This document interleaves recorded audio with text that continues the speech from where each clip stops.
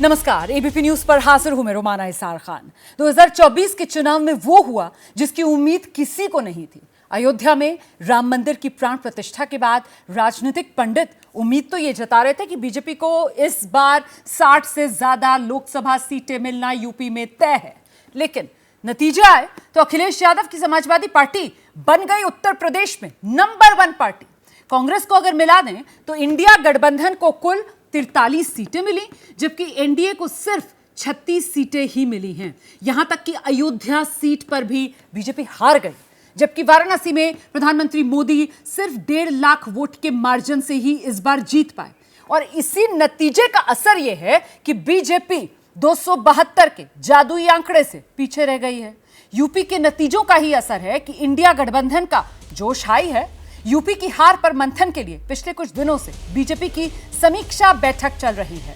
समीक्षा बैठक से पता चला है कि पूर्वांचल से लेकर वेस्ट यूपी हर इलाके में बीजेपी का वोट 6 से 7% कम हुआ। एक पैटर्न सामने निकल कर आ रहा है। लेकिन वोट में आखिर ये कमी क्यों आई है, यही तो बड़ा सवाल है। क्या अखिलेश और राहुल यानी 2 लड़कों की जोड़ी ने यह कमाल कर दिया? क्या भीतरघात ने बीजेपी का वोट कम कर दिया? क्या मोदी योगी का जादू इस बार चुनाव में नहीं चला? क्या बीजेपी के नेता ओवर कॉन्फिडेंस, अति आत्मविश्वास के शिकार हो गए? क्या 400 पार वाला बीजेपी का नारा उसने दलितों को बीजेपी से दूर कर दिया? इन तमाम सवालों का जवाब मिलेगा बीजेपी की समीक्षा करने वाली टीम जब अपनी रिपोर्ट सामने रखेगी। लेकिन अब सवाल यह है कि इस नतीजे का असर आगे क्या होने वाला है, क्योंकि आगे मतलब 2027 में उत्तर प्रदेश विधानसभा चुनाव। अखिलेश यादव की वापसी होगी क्या, या बीजेपी अपनी कमियों को दूर करके जीत की हैट्रिक यूपी विधानसभा चुनाव में लगा जाएगी?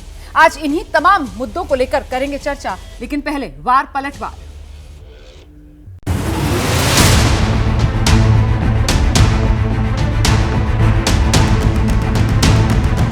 इस चुनाव में देश के लोगों ने जो जनादेश दिया है वो वाकई अभूतपूर्व है।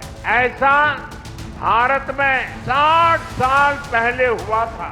जिस सरकार को 10 साल के काम के बाद फिर सेवा का अवसर देते हैं तो ये बहुत बड़ी विक्ट्री है। केवल बनावटी या दिखावटी जो भाजपा के लोगों के ने इकट्ठा करके ले आए उनसे मिल लिए। जो किसान प्रताड़ित है, जो आंदोलन कर रहा है, जिसकी जमीन ली जा रही है, जो पीड़ित पक्ष है उससे मिलना चाहिए था, जो परेशान है उससे मिलना चाहिए था। निश्चित रूप से जीता परिणाम हमको लाना चाहिए था, हम नहीं ला पाए। लेकिन उस पर इसकी पुनरावृत्ति ना हो। भारतीय जनता पार्टी जैसे मजबूत थी वैसी मजबूत रहे। कुछ लोगों की जिम्मेदारी दी है, वो जाएंगे अलग अलग क्षेत्रों में, जाके बातचीत करेंगे। कांग्रेस के नेतृत्व में गठबंधन 43 सीटों पर 80 में 43 सीटों पर जीत कर आया है। 2027 हमारा है, कांग्रेस का है, गठबंधन का है। वही जहर घोले थे ये लोग, वही संविधान का और वही कूटनीति जो अंग्रेज करते थे वही दोबारा शुरू किए। लेकिन अगली बार फिर इनको हराया जाएगा। जितनी हारी हुई सीटें मैं आपको वादा करता हूँ ऑन रिकॉर्ड, हम लोग दोबारा जीतेंगे। बसपा हमको छोड़ना नहीं चाहती और हम बसपा को भी और बसपा नेतृत्व को भी हम अभी उम्मीद हमने नहीं छोड़ी है। दलित समाज का वोट अफजाल अंसारी के खाते की तरफ ट्रांसफर हो जाएगा तो रिजल्ट दूसरा होगा, नहीं तो बसपा के अलग होने के बाद वोटों की ताकत तो कमजोर है।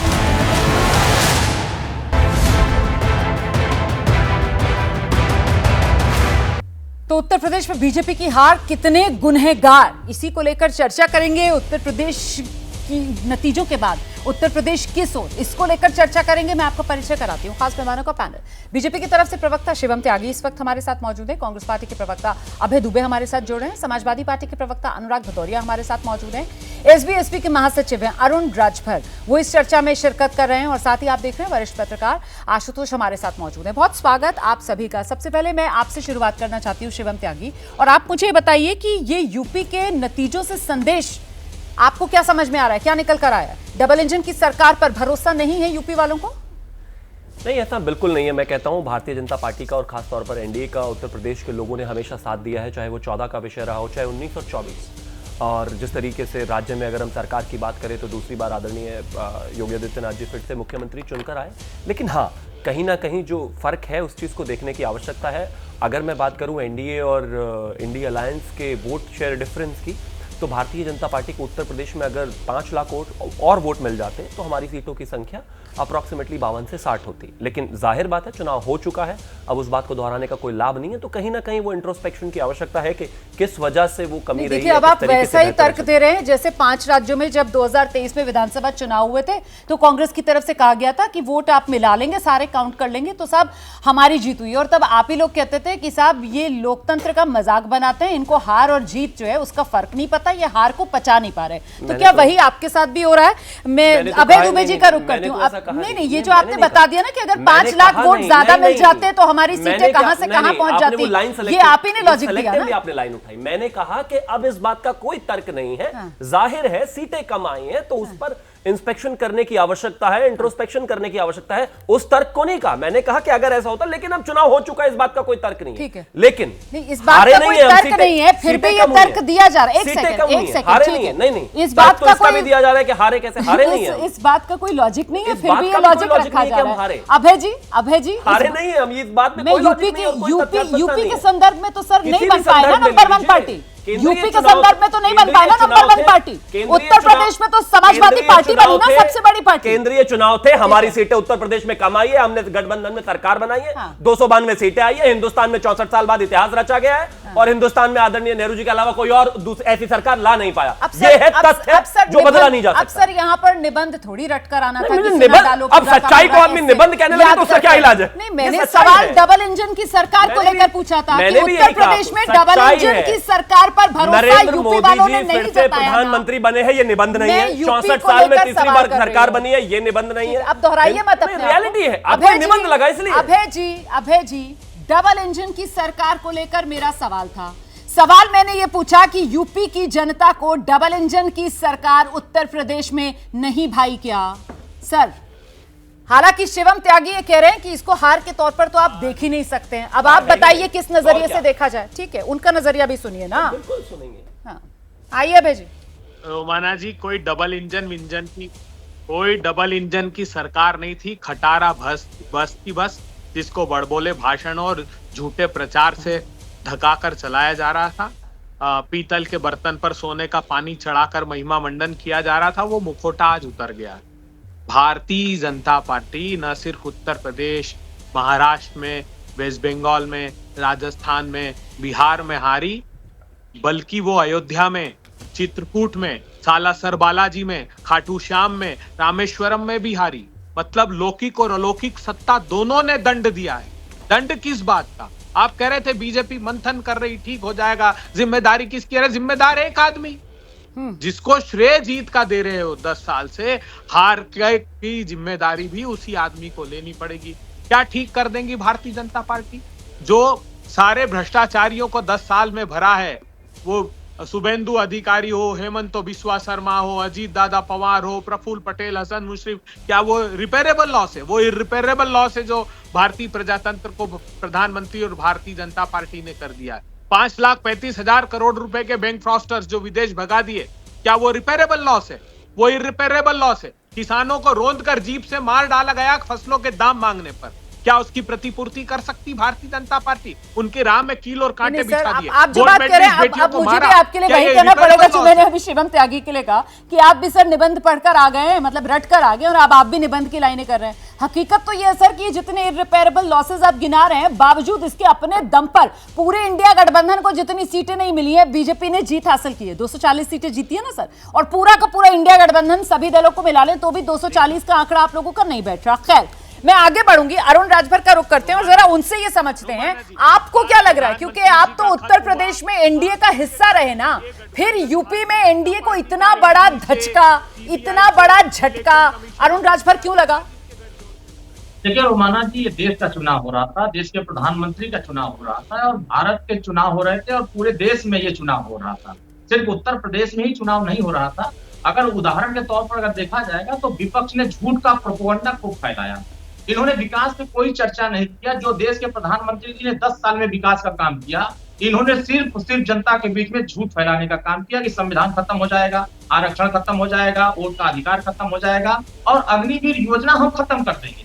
हमारी सरकार ने यह बात बताने में असफल हो गई कि नहीं, हम संविधान नहीं खत्म होने देंगे, आरक्षण नहीं खत्म होने देंगे, हम लोकतंत्र को बचाने का काम करेंगे। और जनता ने तीसरी बार मोदी जी को इसी भरोसे के साथ चुनाव जिताने का काम किया कि हम तीसरी बार प्रधानमंत्री बनाए। और हमारे जो हारने का सवाल रहा है वहां आपसी सहमति नहीं बन पाई।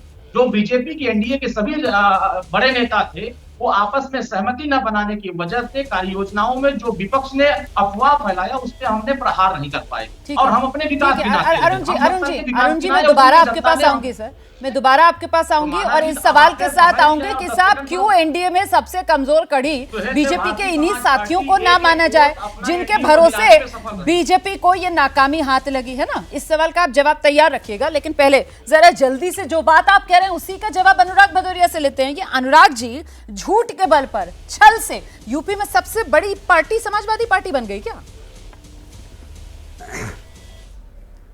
देखिए, झूठ और जुमले की राजनीति कौन करता है पूरा विश्व, पूरा देश जानता है, मुझे बोलने की जरूरत नहीं है। आप खाली मैसेज लिख दीजिए झूठ और जुमले की पार्टी कौन है तो आपको जवाब फटाफट मिलने लग जाएंगे और आपको उसमें सोचना नहीं पड़ेगा। दूसरी बात, जिनसे आप सवाल पूछ रहे हो वो बेचारे क्या बताएंगे, वो खुद ही इसी पे जीते हैं, वो सत्ता की चाय पीने की उनको आदत है। वो पहले उनको लगा समाजवादी पार्टी की सरकार बनेगी तो हमारी उंगली पकड़ी तो किसी तरह सदन में पहुँच गए और जैसी हमारी उंगली छूटी अब सदन का मुँह नहीं देख पा रहे हैं। चुनाव लड़ाया तो था, कितने वोटों से हारे जरा बता दो। इसके पहले घोसी हारे, अब मऊ हार गए। अब ये आप और लंबी लंबी बातें बोलते थे कि हम समाजवादी पार्टी का यहाँ बोरा बिस्तर समेट देंगे, पता नहीं कहाँ भेज देंगे। इस चक्कर में उन्होंने हमें तो नहीं बीजेपी को भेज दिया घर उनके वापस कि भैया आप बोरी बिस्तर बांधो और जाओ। कमाल है। अरे आप जनता के मुद्दों पे बात नहीं करते, छात्रों के मुद्दों पे बात नहीं करते, युवाओं के मुद्दों पे बात नहीं करते, महिलाओं की समस्या पे बात नहीं करते, लोगों की परेशानियों पे बात नहीं करते। अरे किसान परेशान था, आपसे मांग रहा था एमएसपी की गारंटी, किसान परेशान था कि मेरा भाई लागत का मूल्य दे दो और हमारी जान हमारा कम से कम सिंचाई मुफ्त करो, मेरे बारे में सोचो। उधर कोरोना काल में लोगों की मौतें हो रही थी, वो कह रहा था नहीं नहीं मुझे ऑक्सीजन की कम से कम सिलेंडर दिला दो, कम से कम मेरे घर की जान बच जाए। लोग तड़प तड़प के लोग यहाँ मर गए और ये इसमें नहीं बाबू अपनी लूटते रहे। लॉकडाउन किया तो कितने लोग पैदल चल चल के मर गए, जबकि यहाँ पे गाड़ी यहाँ पे ट्रेन बसेस खड़ी रही, लोग पैदल चलते रहे। ऐसी सरकार आपने कभी देखी? जनता ने, उत्तर प्रदेश की जनता ने जवाब दिया है और उत्तर प्रदेश की जनता ने, एक सेकंड, उत्तर प्रदेश की जनता ने कहा है कि ऐसी सत्ता मुझे नहीं चाहिए। उत्तर प्रदेश में ऐसा नेता, ऐसी हमें दोबारा भी बारी आएगी। कोई सत्ता नहीं चाहिए देश के अंदर। आगे के लिए भी बचा कर दोनों वरिष्ठ पत्रकारों का रुख करते हैं। मैं हर्षवर्धन त्रिपाठी जी पहले आपके पास आ रही हूँ। यहाँ पर जो समाजवादी पार्टी की तरफ से गिनाया जा रहा है साहब, किसानों का नाम लिया जा रहा है, महिलाओं का नाम लिया जा रहा है, युवाओं का नाम लिया जा रहा है, कोरोना वाला दौर वो याद करा रहे हैं, कोरोना पीड़ितों क्या वो जिक्र कर रहे हैं, यहाँ पर उस दौर के दर्द का वो जिक्र कर रहे हैं। ये मामला सर महिला, युवा, किसान वहां तक पहुंचने की जरूरत है या सीधे सीधे वो जातिगत गणित और वो 400 पार वाला नारा जिसमें संविधान बदलने का डर, यही इस मामले की जड़ में है? हर्षवर्धन जी। देखिए रोमाना जी, आपने सवाल में ही जवाब दे दिया है, लेकिन इसके आगे की एक बात है जिसको बार बार आप कह रहे हैं कि डबल इंजन होते हुए भी ये क्यों हो गया। तो कई बार होता है कि डबल इंजन में अगर इंजन काम करना बंद कर दे या इंजन जानबूझकर बंद हो जाए, भारतीय जनता पार्टी को ये स्वीकार करना पड़ेगा। देखिए अखिलेश यादव ने बहुत शानदार काम किया, बहुत बढ़िया कास्ट कॉम्बिनेशन किया, लेकिन ये सब क्यों हो पाया?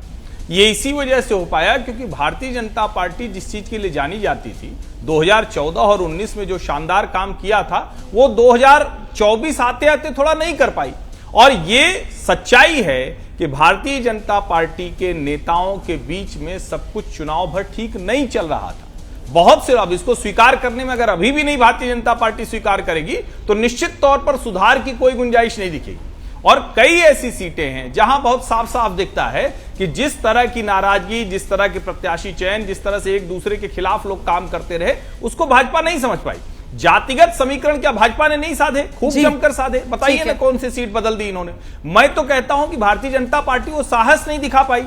अब लल्लू सिंह को बदलना था, चलिए ऐसे उदाहरण कुछ आप डाल सकते हैं, लेकिन निश्चित तौर पर यह चुनाव जो भाजपा को उम्मीदें थी वो पूरी नहीं हुई और उसके पीछे जिस डबल इंजन की ताकत की बात होनी थी वो उत्तर प्रदेश में नहीं दिखी। ये उत्तर प्रदेश में सोचने वाली बात। सर, ये आप जिस दिशा में अब इस चर्चा को लेकर गए, इसी पर मैं आशुतोष जी को लेकर आना चाहूंगी। आशुतोष जी, मतलब जिस बात का जिक्र अभी हर्षवर्धन जी कर रहे थे, कुछ दिक्कत आ गई है शायद आशुतोष जी का जी आशुतोष जी, मेरी आवाज मिल रही है ना सर आपको?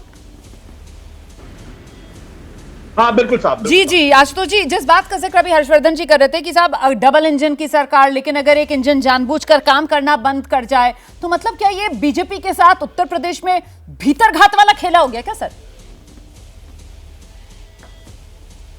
नहीं, मैं किसी तरीके के कॉन्स्पिरेसी थ्योरी पे कभी यकीन नहीं करता, इसलिए मैं ये नहीं मानूंगा कि कहीं अंदर कोई भीतरघात, क्योंकि मेरे पास जब तक कोई जानकारी नहीं होगी।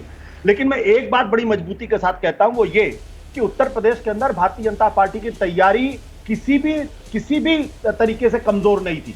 अगर आप देखें तो भारतीय जनता पार्टी ने चुनाव के दौरान जिस तरीके से सुभाष पास को अपने साथ लिया, निषाद पार्टी को अपने साथ लिया, आरएलडी को अपने साथ लिया, यानी तमाम जातिगत समीकरणों को अपने साथ लाने की पूरी कोशिश की।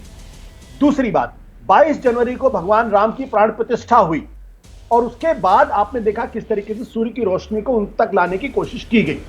अब ये जो अगर इस माहौल के बावजूद अगर भारतीय जनता पार्टी नहीं जीत रही है तो उसके कुछ तो महत्वपूर्ण कारण होंगे, और कहां भारतीय जनता पार्टी नहीं जीती है। आप अयोध्या देख लीजिए, अयोध्या में भले ही आप किसी व्यक्ति विशेष को जिम्मेदार ठहराइए, लेकिन जहां भगवान राम की प्राण प्रतिष्ठा हो रही है, अगर वहां भारतीय जनता पार्टी हार रही है और किस नारे के साथ हार रही है। आप देखिए वो नारा क्या लगा था वहां पे, ना मथुरा ना काशी, अब की बार अवधेश पासी। ये नारा समाजवादी पार्टी की तरफ से दलित उम्मीदवार ने मजबूती के साथ लगाया और लोगों ने उनके नारे को स्वीकार किया। दूसरी जगह अमेठी में क्या कहा गया कि नेहरू खानदान के तो चपरासी को खड़ा कर दिया गया। उस चपरासी ने एक कैबिनेट मिनिस्टर को दिन में तारे दिखा दिए, वो कहां है किसी को मालूम नहीं। जिस एरोगेंस का परिचय उन्होंने दिया था उनको सजा मिली। तीसरा, काशी में अगर नरेंद्र मोदी जी नहीं होते तो वो सीट पक्की हारते। वो प्रधानमंत्री जी खुद घंटों पीछे रहे और 1,52,000 वोटों से जीते हुए वहां पे 10 लाख की बात की जा रही थी और वहां पे आधी कैबिनेट बैठ गई थी। अमित शाह 3 दिन पहले से बैठे हुए थे, यानी इनको अंदाजा था। अब इन सब चीजों को अगर एक साथ आप जोड़िए, इसका मतलब यह है कि पूरी तैयारी बीजेपी की थी, तैयारी में कोई कमी नहीं थी। जहां योगी आदित्यनाथ जैसे हिंदू हृदय सम्राट हो, जहां नरेंद्र मोदी जैसे हिंदू हृदय सम्राट हो, जहां अमित शाह जैसा चाणक्य हो, और उसके बाद आप हार जाए, तो हार का एकमात्र कारण यह है कि नरेंद्र मोदी की लोकप्रियता में कमी आई है वहां पे। और सीएसडीएस का सर्वे इस बात को स्थापित करता है कि प्रधानमंत्री के तौर पर उत्तर प्रदेश के अंदर 32% लोग मोदी को देखना चाहते हैं और 36% लोग राहुल गांधी को देखना चाहते हैं। ठीक है सर। अब ये सर्वे है, मैं सर्वे पे कमेंट नहीं करता हूं, लेकिन कुछ तो बुनियादी कारण थे कि जातिगत समीकरण आपने बिठाया, भगवान राम की प्राण प्रतिष्ठा की, उसके बावजूद आप बुरी तरीके से हार गए। ठीक है, आप जो बात कह रहे हैं, मुझे लगता है जरा शिवम से इसका जवाब लेते हैं। मतलब शिवम, इस पर बस छोटा सा ही मैं एक टिप्पणी करूंगी, आप जवाब दीजिए। ये आशुतोष जी ने जितने रीजंस गिनाए, मतलब एक तो होती है हार और एक होती है करारी हार, तो ये तो मतलब बीजेपी को बहुत ही मुंह की खानी पड़ी यूपी में है। हाँ, I agree with you. Congress के 240 है और भारतीय जनता पार्टी की सिर्फ 99 सीटों पर आई है, तो बहुत करारी हार हमारी है। इंडिया अलायंस के 292 आए हैं और एनडीए के 242 के आसपास, 40 के आसपास, तो बहुत करारी हार हमारी है। हम तीसरी बार सरकार बना रहे हैं और सामने वाले तीसरी बार सरकार नहीं बना पा रहे हैं, और अपने इतिहास का तीसरा सबसे बुरा परफॉर्मेंस राहुल गांधी का है। लेकिन हार तो एनडीए की है जी, हार तो मोदी जी की है। कमाल बात हो गई, कहते बहुत बुरे तरीके से हराया। जिस कैबिनेट मंत्री की बात कर रहे हैं, उसी कैबिनेट मंत्री ने 4 जनरेशन वाली सीट पर बुरे तरीके से उसी आदमी को हराया था जो अभी वहां फिर पहुंचकर वापस नहीं गए। उन्हीं कैबिनेट मिनिस्टर ने। हार जीत लगी रहती है, इसमें कहीं कोई दो राय नहीं है, लेकिन वो हारे थे। प्रधानमंत्री की 1.5 लाख की हार जीत जिन लोगों को छोटी लगती है, वो इंदिरा गांधी की 71 की 1,10,000 की जीत को याद कर ले, कोई परेशानी नहीं है। 77 की हार को याद कर ले, कोई परेशानी नहीं है। अब कहते हैं कि सब काम किया था मथुरा और इसके अलावा काशी और इसके अलावा अयोध्या, सब जगह करने के बाद भी अगर ये स्थिति हुई, मैं तो मानता हूं इतना सब कुछ करने के बाद भारतीय जनता पार्टी को ये सीटें मिली हैं और एनडीए इस तरीके से बहुमत में आया है। लेकिन हिंदुस्तान के इतिहास में क्योंकि ये संभव नहीं था, सब मिलने के बाद 35 बच्चे एक क्लास में बैठे थे एग्जाम के लिए, ठीक है, 34 बच्चों के सारे रिजल्ट मिलाने के बाद अकेले 35वें बच्चे के नंबर जो है उनसे ज्यादा है। सच्चाई ये है। अब इसमें आप एनालिसिस किसी भी तरीके से कर लीजिए। ये करारी हार की जो जहां तक बात है, सीटें कम हुई हैं, मैं बिल्कुल ग्रेसफुली एक्सेप्ट करता हूं, और जाहिर है जब सीटें कम हुई हैं तो कहीं ना कहीं जरूर कोई कमी हुई होगी, उसको तो बैठकर चर्चा परिचर्चा संगठन और सरकार दोनों करेंगे ही। लेकिन जो सच्चाई है, जो रियलिटी है उससे अभी कोसों दूर है। अब मैं एक और एग्जांपल देना चाहता हूं। नहीं, आपने अभी तक जितनी बात कह दी है उसी पर पहले बात आगे बढ़ा लेते हैं ना। एग्जांपल फिर अगला दोबारा दीजिएगा। मैं जल्दी से अभय जी का रुख करती हूं। अभय जी, मतलब लब्बो-लबाब ये कि जो जीता वही सिकंदर, अभय जी, और जीते एनडीए सर। हाँ रोमाना जी, शिवम, मेरे अनुज ने बड़ी अच्छी बात की कि एक कक्षा में 35 लोग बैठे थे। अरे पेपर लीक का है समर्थन जितना मिला है तुमको। शर्मनाक बात है, वो प्रधानमंत्री जो 3 घंटे तक वाराणसी में पीछे रहे, पूरी की पूरी सरकार झोंक दी आपने। और 10 साल से अकेले प्रधानमंत्री नहीं, भारतीय जनता पार्टी तो मुक्त देश कर दिया था उन्होंने।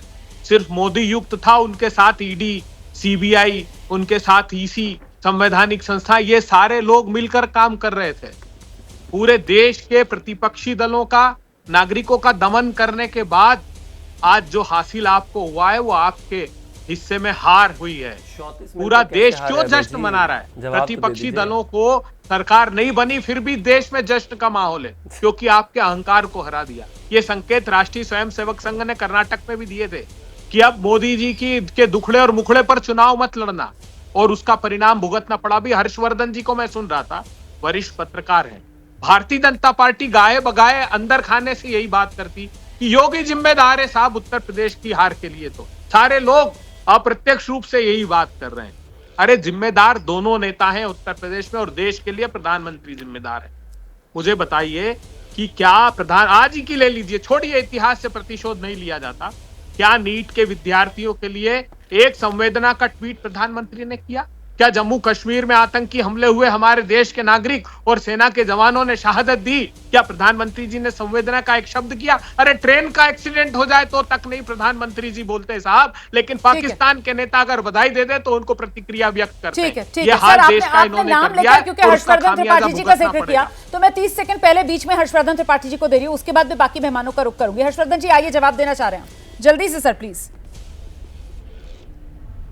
देखिए रोमाना जी, सबसे पहले तो ये कि मैंने ये कतई नहीं कहा कि कोई योगी जी साजिशन हरा दिए या कुछ किए। ये अभय दुबे, केजरीवाल, समाजवादी पार्टी, ये सब लोग कह रहे हैं। मैं तो ये कह रहा हूं कि समाजवादी पार्टी ने अच्छा किया, लेकिन अगर हम ये कह रहे हैं, ये स्थापित करने की कोशिश कर रहे हैं कि ब्रांड मोदी कम हो गया, तो बनारस से लेकर हर जगह भारतीय जनता पार्टी का वोट बहुत कम नहीं हुआ। 2014 का जो मत प्रतिशत था लगभग उसी के आसपास है। और जब हम इसको देखेंगे तब समझ में आएगा कि हां, कुछ एक मत जो 2019 में आया था वो भारतीय जनता पार्टी के पास नहीं आया। भाजपा का अपना वोटर वो पूरी तरह से इंटैक्ट है। हां, लोग दूसरी वजह से पीड़ा में जरूर, मैं ये जरूर कह रहा हूं कि इनके बीच की जो भीतरगात है वो कहीं कहीं मुश्किल जरूर खड़ी कर रही है, और उसको भारतीय जनता पार्टी को देखना चाहिए। लेकिन फिर मैं कह रहा हूं कि ये जीत अखिलेश यादव के उस साहस की है। अखिलेश यादव ने जो किया, और झूठ फैलाना, अफवाह फैलाना, वो काम तो किया ही गया। लोकतंत्र खत्म हो जाएगा, संविधान खत्म हो जाएगा, चुनाव ही नहीं होगा, तो कम से कम अब सब कुछ बचा हुआ है।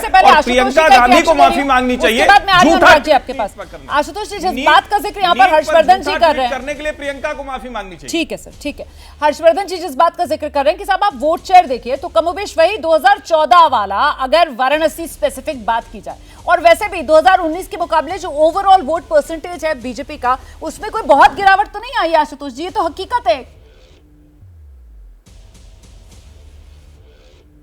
देखिए, ये अपने सुविधा के हिसाब से गढ़ा हुआ तर्क है। अगर इस तर्क को मैं मान भी लूं, चलिए मैं मान लेता हूं इस तर्क को, तो 1989 के आंकड़े में देख लेता हूं।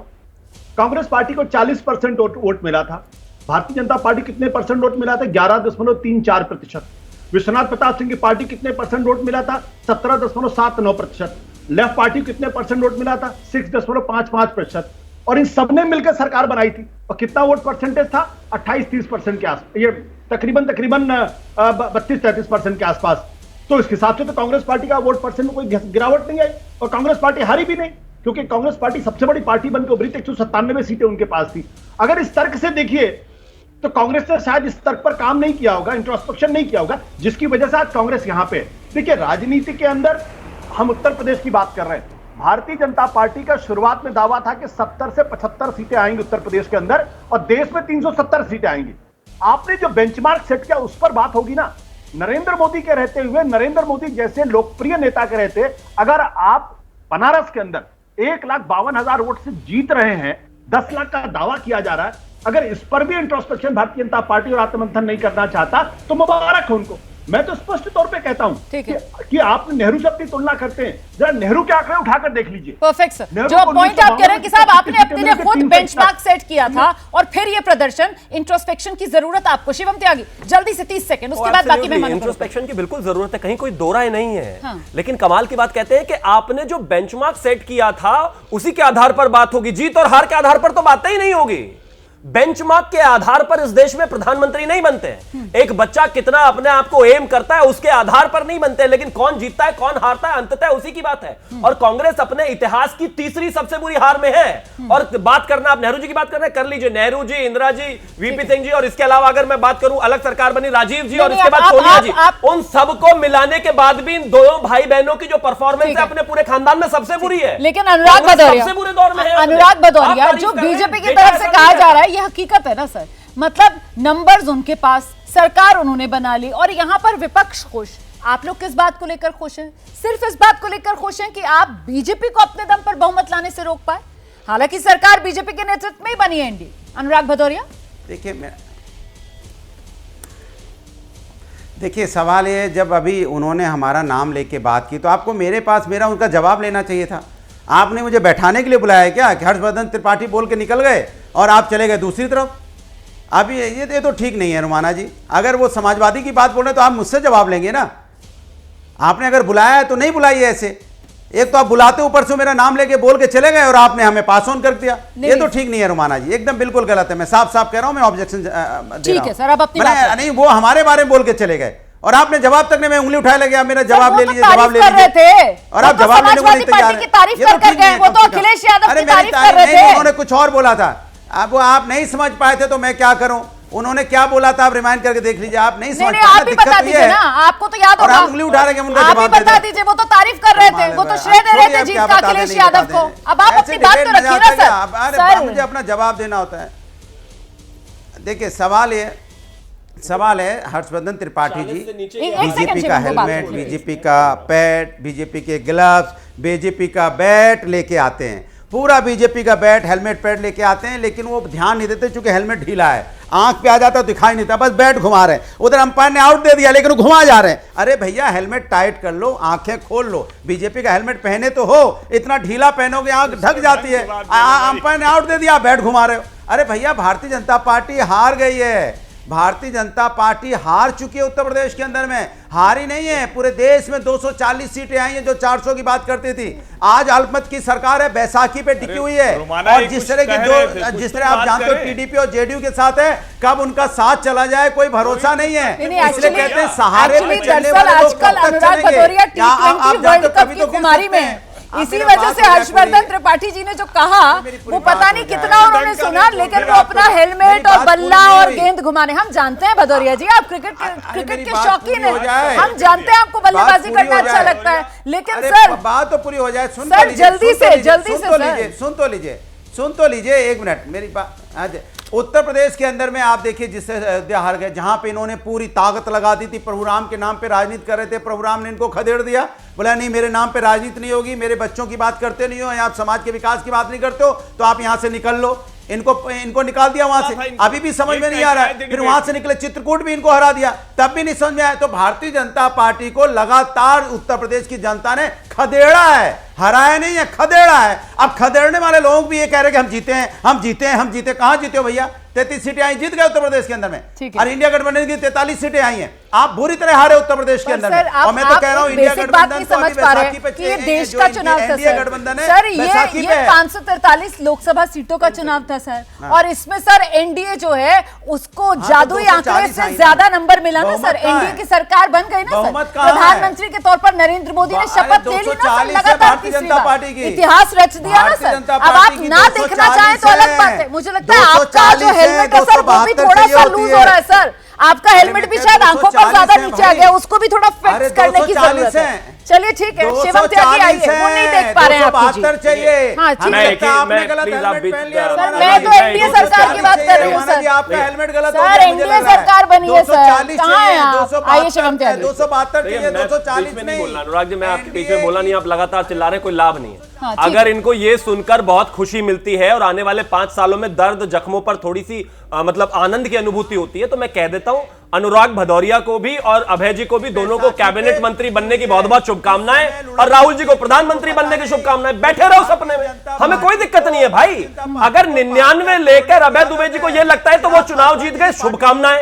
अगर अनुराग जी को लगता है वो भी बन गए कैबिनेट मंत्री, तो शुभकामनाएं। हमारी 240 आई है और गठबंधन में आई है हमारी 292। और जहां तक बात बैसाखी की सवाल है, इस देश में अगर मैं बात करूं तो खासतौर पर 2004 में 145 थी और 2009 में 205। फिर तो वो तो बिल्कुल लंगड़ी नूली सरकार थी, बिल्कुल नकली सरकार थी, बिल्कुल बेकार सरकार थी। इस तर्क पे आप टिक ही नहीं सकते। इस देश में पिछले 35 साल में इतनी सीटें कोई लेकर आया ही नहीं अलावा भाजपा के। तो इस बात का कोई लॉजिक नहीं है। लेकिन खुश रहिए आप, आपको खुश रहना जरूरी है। अभय दुबे जी के पास चलते हैं। आने वाले 5 साल भी तो काटने हैं। ठीक है, अभय जी को ले आइए मेरे साथ स्क्रीन पर। अभय जी को ले आइए मेरे साथ स्क्रीन पर। अभय जी, मैं आपसे जानना चाहती हूँ सर, ये जो विपक्ष की तरफ से तर्क दिया जा रहा है सर, कई बार बड़ा बचकाना सा लगता है। सरकार बन गई है और विपक्ष अभी तक एक्सेप्ट ही नहीं कर पा रहा है कि भाई देश में एनडीए सरकार बन गई, आप लोग नहीं जी नहीं, हमने तो हरा दिया। हाँ सर बिल्कुल सही, 400 पार का नारा दिया था, 400 पार वाला नारा पूरा नहीं हुआ। लेकिन दूसरा फैक्ट ये भी है सर कि तीसरी बार नरेंद्र मोदी ने इस देश में प्रधानमंत्री पद की शपथ ले ली है। और अब यहां से आगे विपक्ष की रणनीति क्या है? स्पेसिफिकली उत्तर प्रदेश को लेकर मैं चर्चा कर रही हूं सर। अब यूपी यहां से किस ओर, आपको क्या लग रहा है, क्या तैयारी करेंगे? समाजवादी पार्टी के साथ ये गठबंधन जारी रहेगा? रोमाना जी, पहले तो देश ये बात साफ स्पष्ट रूप से सुन ले कि भारतीय जनता पार्टी हार गई है। 272 सीटें होती तो भारतीय जनता पार्टी का बहुमत होता। 400 की बात छोड़ दीजिए, झूठी बात थी और वो सिद्ध भी हो गया। ये नेचुरल अलायंस नहीं था, ये ईडी सीबीआई के भय से लोगों को इकट्ठा किया था। वो मन में छटपटाहट आज भी है। क्यों टीडीपी चाहती है? टीडीपी क्यों चाहती है कि वो या जेडीयू लोकसभा अध्यक्ष का पद ले? क्योंकि वो जानते हैं कि जो राजनीतिक दल सुबह के सब्जी जैसे विधायकों और सांसदों को टीडीपी ने आपको आकर बताया कि वो स्पीकर का पद चाहती है सर, क्योंकि टीडीपी तो कुछ कह ही नहीं रही है। टीडीपी ने क्या कांग्रेस को फोन करके ये जानकारी दी है कि उनको चाहिए स्पीकर का पद? फेक न्यूज़ फैला रहे हैं दुबे बिल्कुल टीवी पर, सर उन्होंने कहीं नहीं कहा। नहीं, देखिए एक बात साफ, मैंने कहा ना आपको कि इतिहास साक्षी है। जो अच्छी भली सरकारें संवैधानिक जिसको अभिमत हासिल था वो सरकारें गिरा दी मोदी जी ने। तो ये डर व्याप्त है समूचे देश में। नहीं अभय जी मैं ये सवाल आपसे इसलिए पूछ रही हूँ क्योंकि फाइनेंशियल टाइम्स में राहुल गांधी ने जो इंटरव्यू दिया, अपने उस इंटरव्यू में राहुल गांधी की तरफ से कहा गया कि साहब कुछ दल जो है वो हमारे संपर्क में।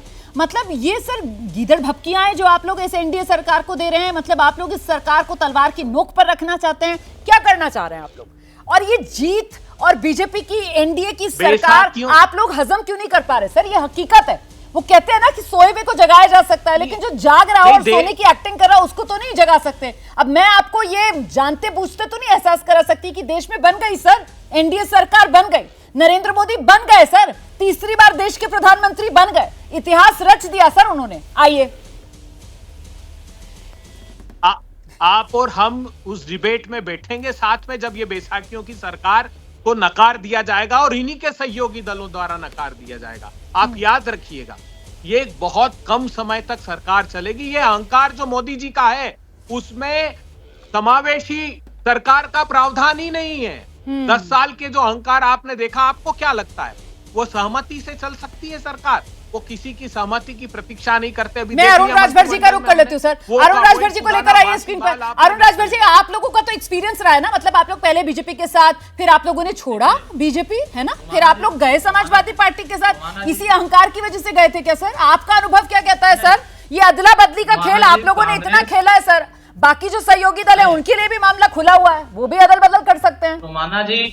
रोमाना जी कांग्रेस और समाजवादी पार्टी इनके ही सपने देख रहे हैं प्रधानमंत्री बनने का, और ये प्रधानमंत्री बनने के लिए दिन में भी सपना देखते हैं और रात में भी सपना देखते हैं। जब सुबह देखते हैं, दोपहर में देखते हैं तो सोचते हैं कि हम तो 99 सीट पाए हैं, 543 में तो हमको तो जनता ने नकार दिया है। हम तीसरी बार हैट्रिक लगाए हैं इसकी चर्चा नहीं है, हमने इतिहास बनाया है इसकी चर्चा नहीं है, ये बताया गया हम हार गए। अरे भैया हमने हारा नहीं है, हम चुनाव जीते, हम सरकार बनाए। दूसरी बात यह है कि समाजवादी पार्टी को भी आकलन नहीं था और कांग्रेस पार्टी को भी आकलन नहीं था कि मुझे इतनी सीटें आ जाएगी। लल्लू जी का सवाल है कि अयोध्या में उन्होंने कहा कि हमारी सरकार 400 पार की बनेगी तो हम संविधान खत्म कर देंगे, संविधान में बदलाव कर लेंगे। उसी को समाजवादी पार्टी और विपक्षियों ने उसी का एजेंडा बनाया और उसी एजेंडे को दलित पिछड़ों ने अफवाह के रूप में स्वीकार कर लिया और इसी अफवाह को स्वीकार करके समाजवादी पार्टी के साथ धोखे में चला गया। और धोखे में जाने के बाद ये समाजवादी पार्टी को लग रहा है कि मैं अंधेरे में तीर मार दिया तो बहुत बड़ा हमने जंग जीत लिया है। अंधेरे में तीर जिसे आप कह रहे हैं अरुण राजभर साहब, मैं जरा अनुराग भदौरिया के पास लेकर चलते हैं। अनुराग जी प्लीज जरा सवाल सुनिए, चिल्लाइए मत। मेरे साथ लेकर आइए अनुराग भदौरिया जी को स्क्रीन पर। अनुराग जी सवाल सुनकर प्लीज जवाब दीजिए। नहीं अरुण जी, आपने जो पॉइंट रखा है सर कि अंधेरे में इनका तीर लग गया जी, ये अनुराग जी अंधेरे में तीर लगा या फिर नहीं, ये सोच समझकर मतलब कमंडल वर्सेस मंडल की पूरी राजनीति की गई और उस नैरेटिव को आगे बढ़ाया गया और कमंडल वर्सेस मंडल में मंडल काम कर गया। देखिए एक चीज मान के चलिए, समाजवादी लोग हमेशा जनता के बीच में रहते हैं, जनता की बात करते हैं, जनता की हक की बात करते हैं। हम लोग हमेशा आवाज उठाते रहे जनता की, चाहे सत्ता में हो चाहे सत्ता में नहीं रहो। आज आप राजभर जी की बात करें, मैं तो कहता हूं ओम प्रकाश राजभर जी आप अभी रिजाइन कर दें और जीत के दिखा दें अपने दल से। अरे इनको 10,000 वोट नहीं मिलेंगे, ये हमारे दम पे जीत के आज मंत्री बने, वरना ये तो गए थे लड़ने के लिए ना, 40-45 हजार से हारे थे अभी जिसको जिता रहे थे, उसके बाद भी अब ये लोकसभा लड़ने गए, इनके भाई खुद हारे हैं वहां पे। ये राजभर जी हमारे दम पे तो मंत्री बने बैठे हैं, इनके पास ना वोट है ना कुछ। ऐसे लोगों को भारतीय जनता पार्टी अपने साथ लिए हुई थी। अरे आप तो समाजवादी पार्टी का एहसान मंद रहिए कि हमारे दम पे राजभर जी, ओम प्रकाश जी आज मंत्री हैं, समाजवादी नहीं होते तो आप जीत नहीं पाते। आज समाजवादी का साथ छोड़ा, जब से आपने समाजवादी ने आपका साथ छोड़ा तब से आप भटकते घूम रहे हैं, हाथ जोड़ते घूम रहे हैं, भैया हमको मंत्री बनाओ, भैया हमको मंत्री बनाओ, भैया हमको टिकट दे दो, भैया हमको टिकट दे दो। अरे कभी मांगते हो दिल्ली में, कभी मांगते हो लखनऊ में, कभी लखनऊ में, कभी दिल्ली में, कभी दिल्ली में, कभी लखनऊ में। आप नहीं, कभी कहते हो मंत्री बना दो, कभी कह रहे हो कि नहीं जल्दी मंत्री बनाओ, कभी दिवाली पे बन जाएंगे, कभी दिवाली के बाद बनेंगे। यही तो कहते घूम रहे थे ना आप। और हमारे लिए क्या क्या कहते थे आप समाजवादी पार्टी के लिए कि बिस्तर बोलिया बंद कर देंगे। अरे भैया हम लोगों ने तो नहीं, जनता ने आपका बिस्तर बोरियर सब समेट दिया है, बिस्तर ही नहीं छोड़ा जनता ने आपका। अब बिछाओगे कहां दिक्कत तो। देश का सबसे बड़ा सूबा है लोकसभा सीटों के लिहाज से भी उत्तर प्रदेश, और ऐसे में उत्तर प्रदेश का 24 चुनाव का संदेश किस और उत्तर प्रदेश, इसी को लेकर अब चर्चा करेंगे। सीधे रुख करते हैं, सभी खास मेहमान हमारे साथ मौजूद हैं और मुझे लगता है जरा दोनों वरिष्ठ पत्रकारों से हम शुरुआत करेंगे। आशुतोष जी आपके पास आते हुए सर, ये सियासी समीकरण आने वाले समय में खासतौर से 27 विधानसभा चुनाव के मद्देनजर आपको क्या लगता है किस तरीके से बदलेंगे यूपी में? देखिए उत्तर प्रदेश के अंदर भारतीय जनता पार्टी निश्चित तौर से संकट में, इसमें कोई दो राय नहीं है और इसको सिर्फ अभी लोकसभा के चुनाव के नतीजों से नहीं देखना चाहिए, बल्कि अगर आप विधानसभा के नतीजों को देखें तो समाजवादी पार्टी का वोट परसेंटेज 22 से बढ़कर 32% हुआ है और गठबंधन के साथ ही साथ मिलकर 34 से 35% हो जाता है। न केवल लोकसभा के चुनाव में समाजवादी पार्टी अपने अपने वोट परसेंटेज को बरकरार रखती है, बल्कि उसमें इंप्रूवमेंट भी करती है। और जिस कांग्रेस पार्टी को उत्तर प्रदेश के अंदर बिल्कुल गया हुआ मान लिया गया था, 2% की पार्टी बता दिया गया था, वो आज वहां 10% पर है और सिर्फ 17 सीटों पर चुनाव लड़ा है और दोनों का अगर वोट शेयर आप मिला तो 42% है। उत्तर प्रदेश के अंदर जो एक चीज लोग लगातार भूल रहे हैं वो ये कि 2019 के लोकसभा के चुनाव में भारतीय जनता पार्टी को 49% वोट मिला था, वो घट के 42% हो गया। इसका मतलब यह है कि अगर भारतीय जनता पार्टी उत्तर प्रदेश के अंदर कुछ सीरियस सर्जरी नहीं करती है, अगर कुछ सीरियस कदम नहीं उठाती है तो 2027 में उसको दिक्कत होगी, निश्चित तौर पर, इसमें कोई दो राय नहीं। ठीक है, हर्षवर्धन त्रिपाठी जी, संकट में बीजेपी, और ऐसे में क्या संकट मोचक बीजेपी की उत्तर प्रदेश में बीएसपी मायावती की पार्टी बन सकती है? क्या आपको लगता है उस तरीके का कोई सियासी समीकरण आने वाले समय में? नहीं रोमाना, मुझे बिल्कुल नहीं दिखता है और भारतीय जनता पार्टी अपने ही ताकत से अगर बड़ी होगी तो वो फिर से बड़ी होगी। और देखिए 5 सीटों पे 1 सीटों पे कांग्रेस पहुंच गई और उसके बाद ये सफलता हासिल करती है, उन्होंने अपना कोर्स करेक्शन किया। भारतीय जनता पार्टी आज भी 33 सीटों पर अकेले उत्तर प्रदेश में खड़ी है।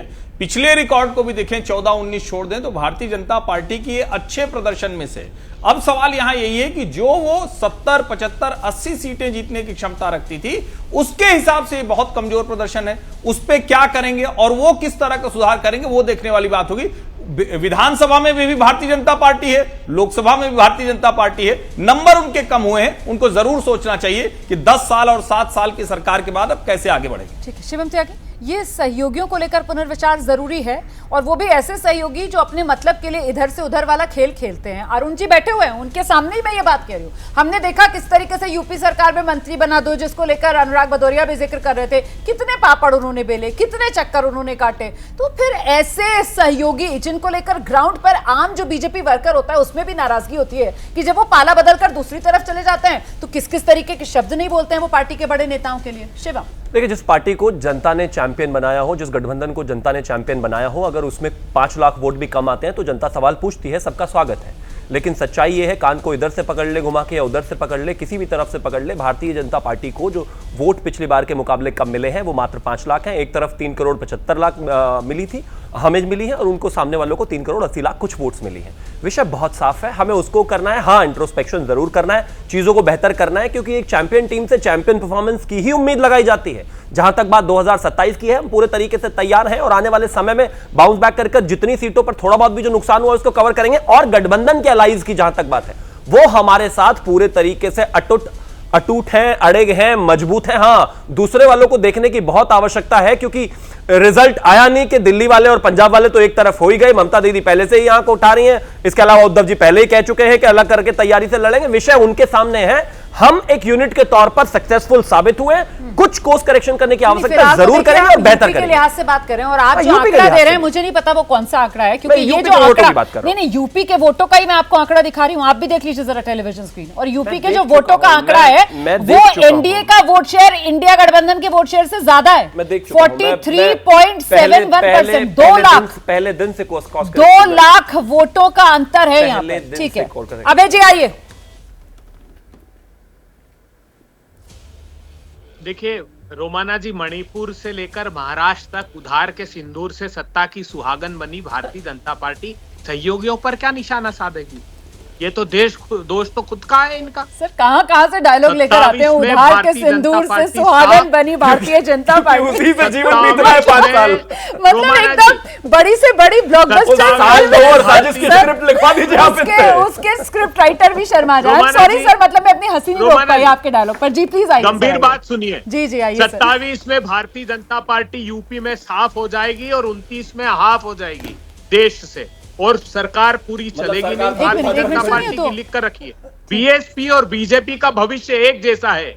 उत्तर प्रदेश में अब आने वाले समय में वही हश्र होगा जो बीएसपी का हुआ है, वही भारतीय जनता पार्टी का हश्र देश की जनता करने वाली है। अब ना उत्तर प्रदेश में इनका कोई अवसर देने वाला है, न देश की राजनीति में। 10 साल तक देख लिया लोगों ने, इनका अहंकार और दंभ रावण का नहीं रहा तो इनका क्या रहेगा? अरुण जी, वैसे ये बात तो सर आप लोगों के नेता भी कह रहे थे, है ना, जितने छोटे दल हैं, निषाद पार्टी, आप लोग की ये अहंकार बीजेपी वालों का ये कहीं ना कहीं नुकसान पहुंचा गया गठबंधन को। तो अहंकार की बात तो आप लोग भी कह रहे थे। नहीं, अहंकार की बातें तो कांग्रेस पार्टी ने कहा, कौन अखिलेश वखिलेश? कांग्रेस पार्टी में जमानत जब्त हो गई मध्य प्रदेश में। कहाँ है मध्य प्रदेश? क्यों हार गए मध्य प्रदेश? पूछे कांग्रेस पार्टी बताए कि हम मध्य प्रदेश में हमारा सुपड़ा साफ। अब आपको यूपी पर बात करने के लिए बुलाया गया, आप मध्य प्रदेश पर जा रहे हैं। आइए उत्तर प्रदेश। भारतीय समाज पार्टी का एक वोट, आप जितने सीटों पर, पूर्वांचल के सीटों पर एक वोट एनडीए के प्रत्याशी को गया है। नहीं, अनुराग भदौरिया तो कह रहे हैं आप लोगों के वोटों की कोई ताकत ही नहीं। वो तो कह रहे हैं आप लोग जीत भी पाए तो समाजवादी पार्टी के वोट से। अनुराग भदौरिया, माना जी की समाजवादी पार्टी बात से बौखलाई है कि अब 2027 का सहारा उनका कौन बनेगा? कौन बनेगा सहारा? ठीक है, जल्दी से आइए अनुराग भदौरिया। अब कोई रास्ता नहीं बचा 2027 में जीत का, मतलब वो जो काट की हांडी है वो बार बार तो चढ़ नहीं सकती है सर। देखिए 227 में तो मुझे नहीं लगता है कि भारतीय जनता पार्टी चुनाव लड़ती भी दिखाई पड़ेगी। जनता की नजरों से ऐसी भारतीय जनता पार्टी उतरी है, उनके सहयोगी दल, कि उनके आपस में तू में होने लगी है। भाई बीजेपी के सहयोगी दल उत्तर प्रदेश में क्या कह रहे हैं? ये राजभर जी ने क्या बोला, हमें बोलने की जरूरत नहीं है। जनता के साथ जो अन्याय चलिए सर, ये सही है सर, अब किसी को कुछ बोलने की जरूरत नहीं है। जितने बयान है वो सब पब्लिक डोमेन में है और जनता खुद समझदार है। बहुत शुक्रिया आप सभी का आज की इस चर्चा में हमारे साथ शिरकत करने के लिए। तो कुल मिलाकर 24 में हो गया चमत्कार, 27 में किसका होगा यूपी में बेड़ा पार, इसी को लेकर हम चर्चा कर रहे थे।